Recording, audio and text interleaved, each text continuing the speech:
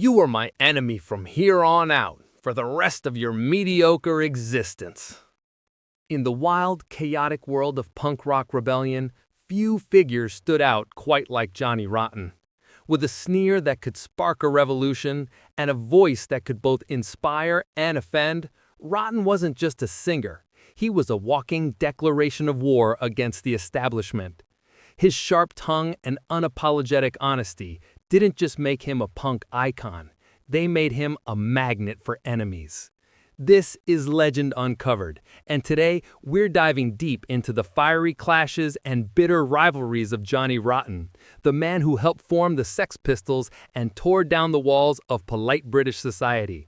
But while his songs like Anarchy in the UK and God Save the Queen ignited youth rebellion, they also fueled intense hatred from some of the biggest names in rock history.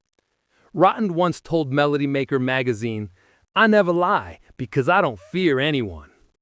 That fearless attitude might have been his greatest strength and his most dangerous weapon.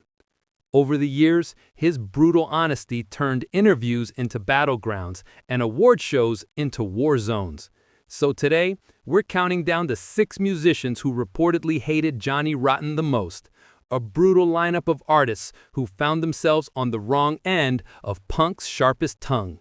Number 6. Mick Jagger and the Rolling Stones. At number 6, we begin with Mick Jagger, the ultimate symbol of rock royalty. By the late 1970s, the Rolling Stones were global legends.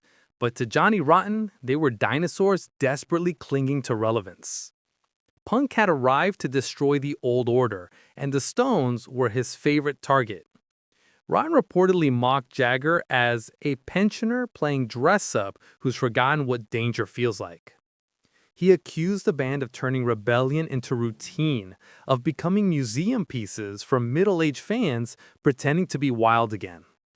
According to journalist Giovanni Didomo, the feud boiled over when Johnny Rotten saw the Stones trying to market themselves as still edgy.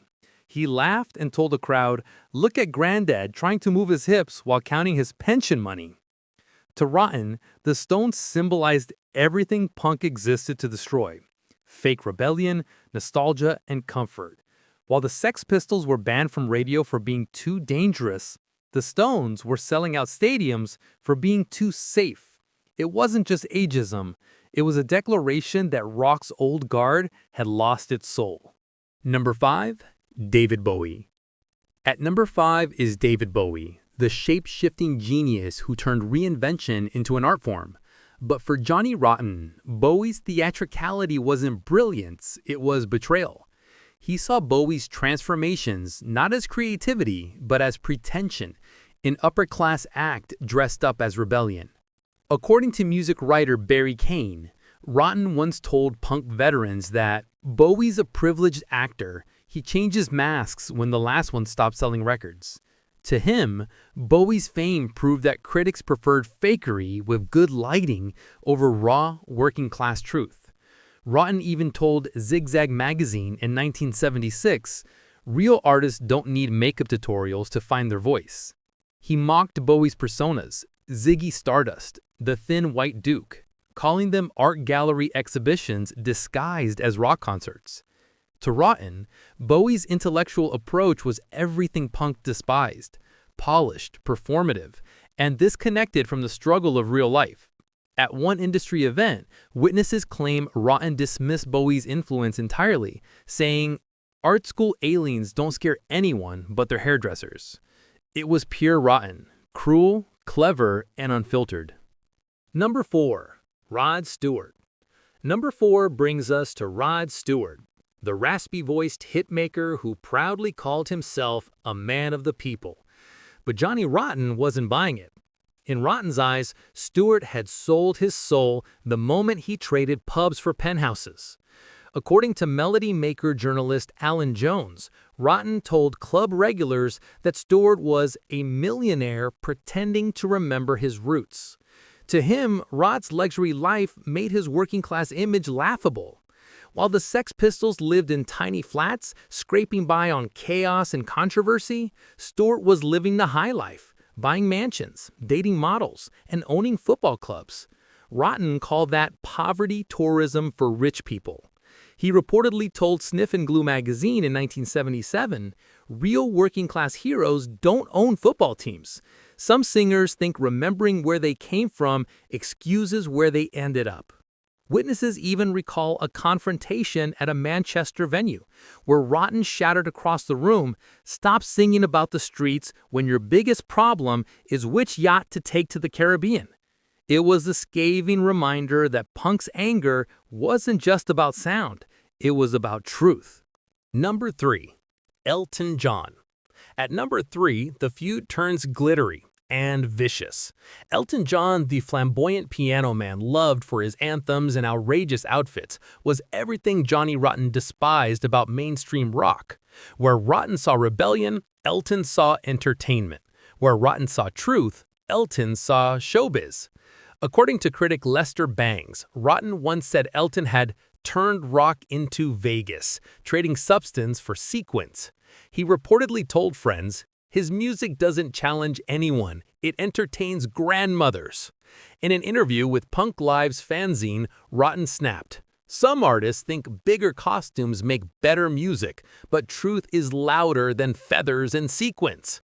The tension peaked during a television taping in London when Rotten mocked Elton's performance, allegedly shouting, "Look at this circus act pretending to be dangerous while selling comfort food to people afraid of real emotions." For Rotten, Elton wasn't evil, he was worse. Safe, successful, and satisfied. The complete opposite of what punk stood for. Number 2. Paul McCartney and the Beatles. Coming in at number 2 is one of music's sacred names, Paul McCartney and the Beatles. But to Johnny Rotten, the Beatles represented everything wrong with rock's past: nostalgia, sentimentality, and comfort. In the mid-1970s, when punk was carrying up London, Rotten made it his mission to destroy what he called yesterday's heroes. He accused McCartney of being a has-been merchant, selling yesterday's dreams to people afraid of today's reality. According to Enemy writer Nick Kent, Rotten's hatred wasn't personal, it was philosophical. He saw the Beatles' legacy as a golden cage, keeping British music trapped in the past, unable to face social collapse and political decay. He told Punk magazine in 1976, "Yesterday's heroes are today's problems. Real progress means destroying illusions, not polishing them." At one televised interview, Rotten doubled down, reportedly calling the Beatles' catalog irrelevant garbage for people too scared to fight for the future. To him, the Beatles weren't the band. They were a museum exhibit holding back the revolution. Number 1. Sid Vicious. And finally, at number 1, the most tragic and personal rivalry of all, Sid Vicious. Sid wasn't an outsider. He was Johnny Rotten's bandmate, brother in chaos, and fellow Sex Pistol. But their friendship collapsed under the weight of fame, drugs, and destruction. When Sid joined the band as bassist, he brought chaos, but not much talent. Rotten reportedly told close friends, "Sid's a cartoon who thinks being stupid makes him punk." Manager Malcolm McLaren later revealed that Rotten saw Sid's addiction and violence as the ultimate betrayal of punk's purpose. To him, Sid turned rebellion into a hollow performance, a self-destructive circus that killed the very message they were trying to spread. By the end, their bond was shattered. Rotten watched his closest ally become the embodiment of everything he once fought against: self-destruction mistaken for freedom. What began as a brotherhood of defiance ended as a cautionary tale, one that haunted Rotten for the rest of his life. Please don't forget to subscribe and hit the bell icon.